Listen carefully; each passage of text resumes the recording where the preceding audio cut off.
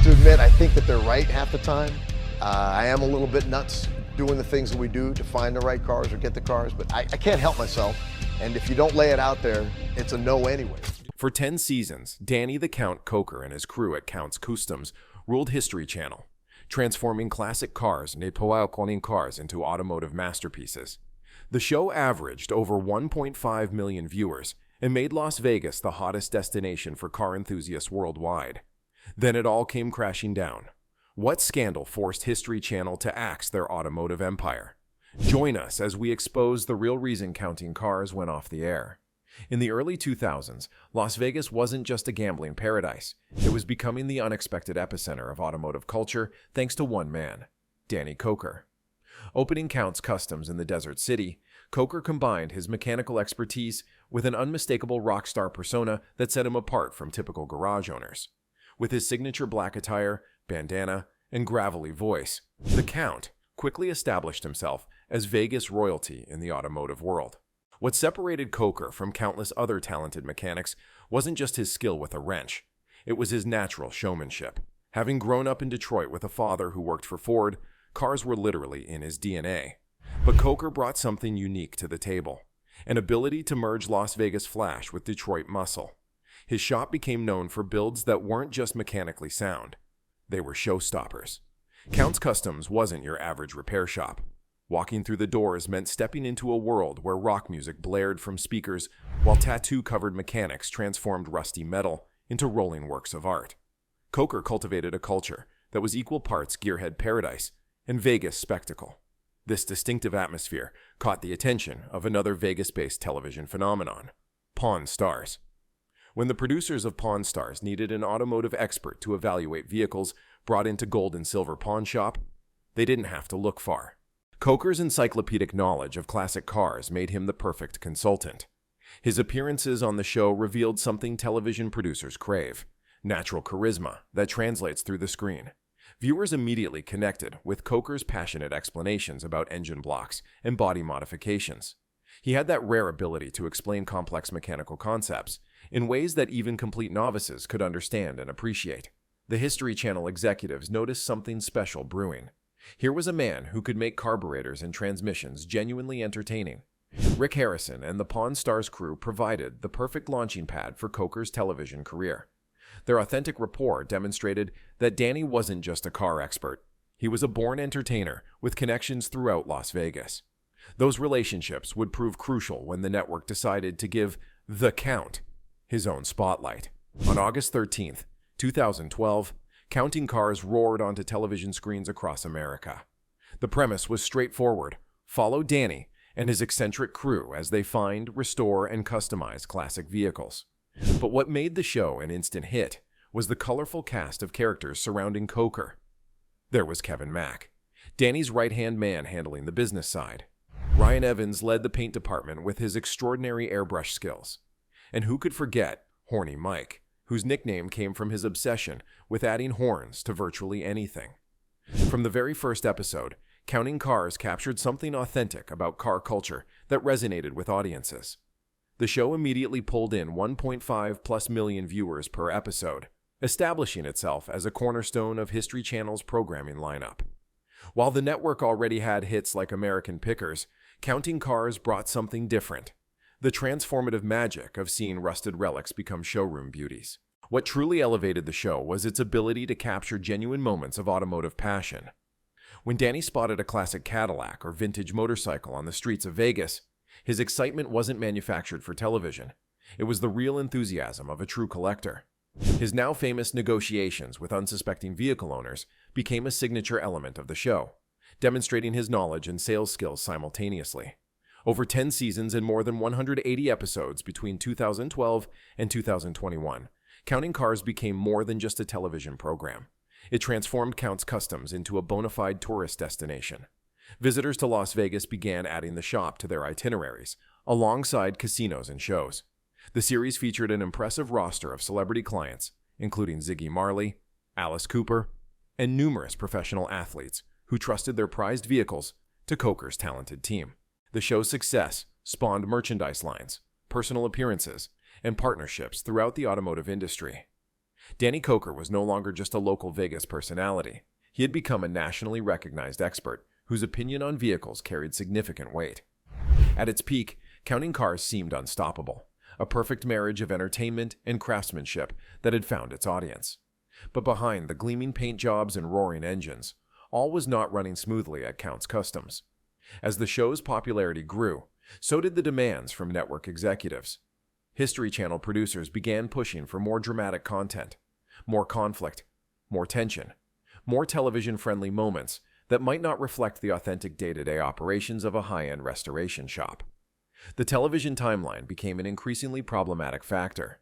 Viewers would see incredible transformations seemingly completed in days, when in reality, quality restorations take weeks or months of painstaking work. This disconnect created unrealistic expectations for customers and put enormous pressure on the shop's staff to maintain a television-ready energy while trying to run an actual business. Staff burnout became a genuine concern. Imagine trying to complete precision mechanical work while camera crews circle you, producers ask for multiple takes, and artificial deadlines loom. What began as an exciting opportunity to showcase their craftsmanship gradually morphed into a stressful juggling act between television production and actual restoration work. Customer service inevitably suffered as well. Regular clients found themselves competing with television priorities. While the show brought tremendous exposure to Counts Customs, it also created logistical nightmares. The shop was simultaneously operating as a business and a television set, two environments with fundamentally different requirements and objectives.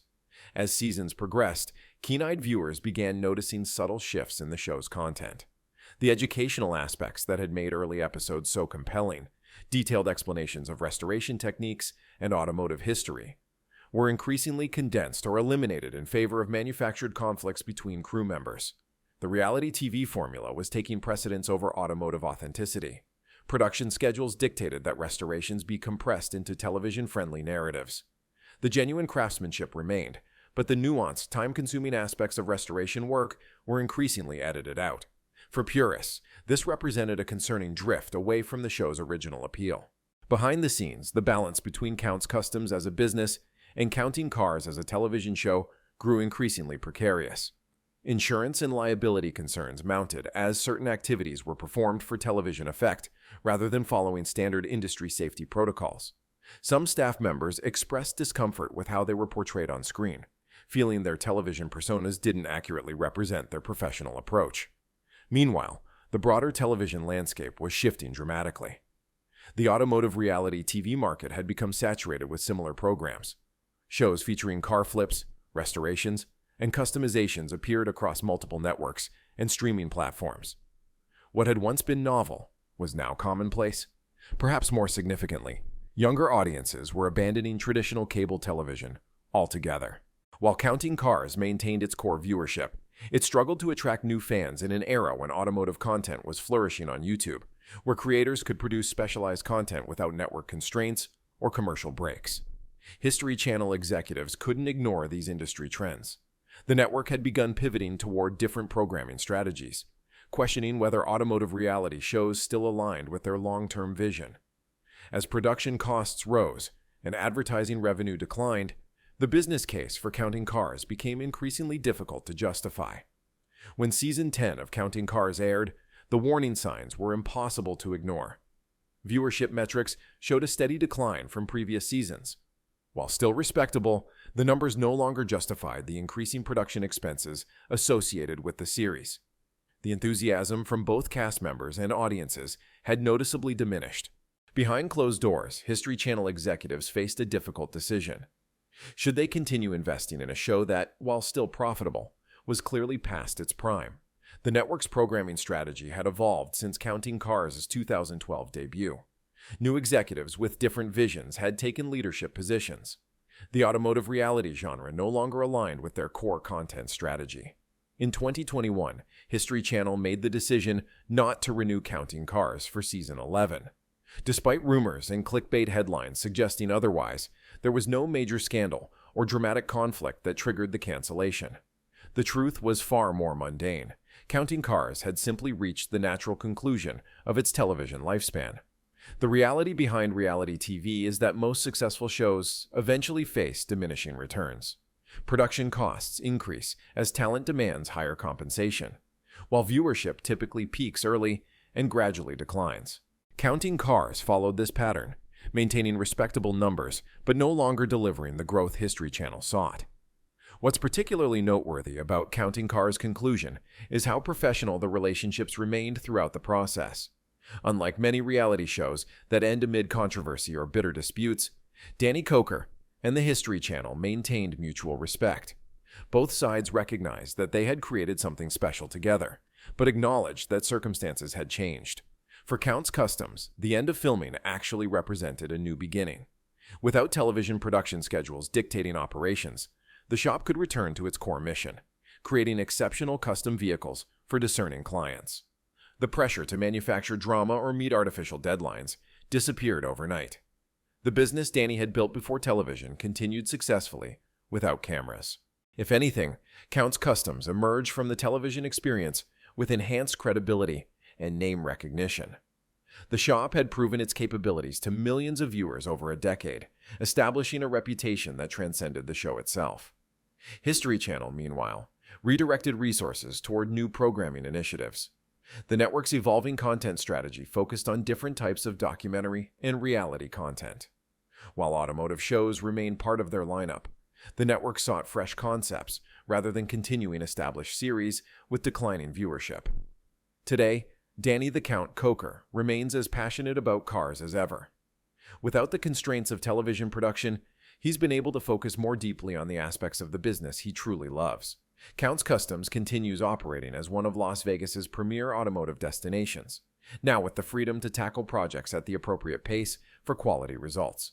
Beyond his automotive endeavors, Koker has doubled down on another passion: music. His band, Count 77, has become far more than a hobby. The hard rock group performs regularly and has released multiple albums, allowing Koker to express his creativity through a different medium. This musical outlet provides balance to his mechanical work, showcasing the diverse talents that made him such a compelling television personality. Koker still makes appearances at automotive events and conventions, where fans line up to meet the man who inspired countless restoration projects. His expertise remains highly sought after, but now he shares it on his own terms rather than according to a television schedule. The authenticity that made him popular on screen continues to serve him well in his post-television career. The Counts Customs team remains largely intact. Kevin Mack continues managing the business operations, while Ryan Evans still creates breathtaking custom paint jobs. Even Horny Mike remains part of the family. The bonds formed during their television years have proven genuine, not merely fabricated for ratings. Without cameras documenting their every move, the team has returned to focusing exclusively on craftsmanship. Projects that might have been rushed for television can now receive the attention they deserve. Custom builds proceed according to proper restoration timelines rather than production schedules. The quality of work has arguably improved without the pressures of filming. Perhaps most importantly, customer satisfaction has increased significantly. Clients no longer have to sign release forms or agree to on-camera appearances. The shop operates with greater efficiency, without film crews occupying valuable floor space. Counts Customs has proven what industry insiders always suspected. The business model was sound, regardless of television exposure. The legacy of Counting Cars extends far beyond its television run. For 10 seasons, the show introduced millions of viewers to the intricate art of automotive restoration and customization. It inspired a new generation of car enthusiasts and mechanics who discovered a passion for bringing classic vehicles back to life. Workshops and garages across America feature tools and techniques first witnessed on Counting Cars. By ending before quality significantly declined, Counting Cars preserved its reputation as one of the premier automotive reality shows.